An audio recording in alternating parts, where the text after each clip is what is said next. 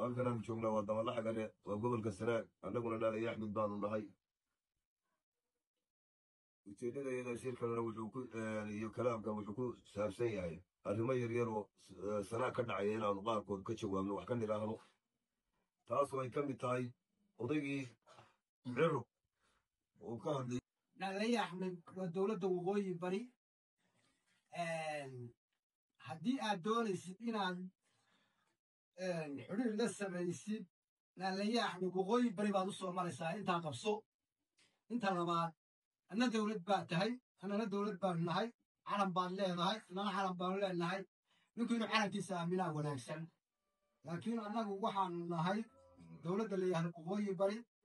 iyadaad la xidhiidhaysaa haddii aad taa diidid waxaa xeer noo addii xabad gobolka Sanaag xabad baanu ku imanaynaa qodobka labaad haddii aad sidaa gaarracyo oo kale aad ugoshahayna calankayagaan dhinacayga ka taagan midna dhinacaaga ka taag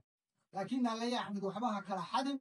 halkan joognaa waa dabalaxa gane waa gobolka Sanaag annaguna dhaliya Axmed baanu nahay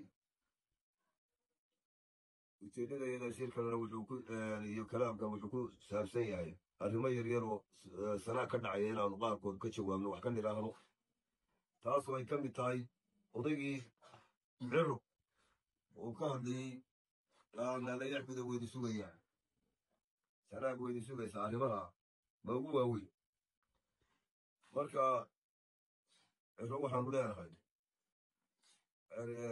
kuma qusayso meesha la yidhaahdo Sanaag حركة nimanka Muuse Ismaaciil anagu waxaanu nahay dhaliya Axmed waxaanu joognaa meesha la yiraahdo dib qarax 40 kilomitir baa ay noo jirtaa inta naga maqan waa 30 kilomitir 30 kilomitir niman Muuse Ismaaciil la yiraahdo naga dhaxaysa iyaga ku wada hadlaynaa ama nabadgelyo aan ku wada tegaynaa oo ku qaybsanaynaa dhulka oo ku wada degaynaa ama nabadgelyo aan ku wada degaynaa oo ku wada daaqaynaa annagu iyaguna madax bannaan annaguna madax bannaan ama way isku diraynaa oo kala adkaanay waydi sugaysaa Soomaalina waydi sugaysaa meelo waydi sugaysaa tiisi intaas kaga hadlay inta ceergaabo in ceergaabo sugayso waa run waa laga maarmaan laakiin anagu gacmo hoos ceergaabo ku iman maydo waxaan fiimaa nacdo waa garanaysaa malaha waxaan maanayaa adigu nin walba hayamatiida saaxiibka ay ka horeeyay Muuse inaan wareysatay baa ku dhaami lahay annaga rag la yaqaan baanu nahay rag gacmo hoos kugu imanaya iyo gogol yar oo caanteynaya khiyaamo manihi waxaanu kugu iman waad garanaysaa cidda aanu ka tirsannahay meeshaan ka soconnahay maamul baan leenahay waa taqaano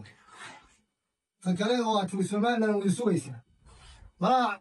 Muuse aan wareysay laba magac waa la aasay aan kuu sheegay magaca la Soomaaliland iyo wixii loo yiri ictiraaf labadan gooc cadaan waa aasay labadaas gooc cadaan ku aasan yihiin Muuse warayso Muuse odaga inta kaga tagaya inta kale waxaa jira qorya harti sheeganayo magac laga dhaxayo oo meelaha tagayo le magac hartaan ku hadleynaa oo nabad baan doonaynaa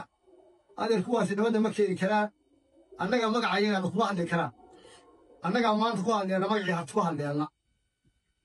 daba xigoo baan meesha ku imaanaa taasoo balan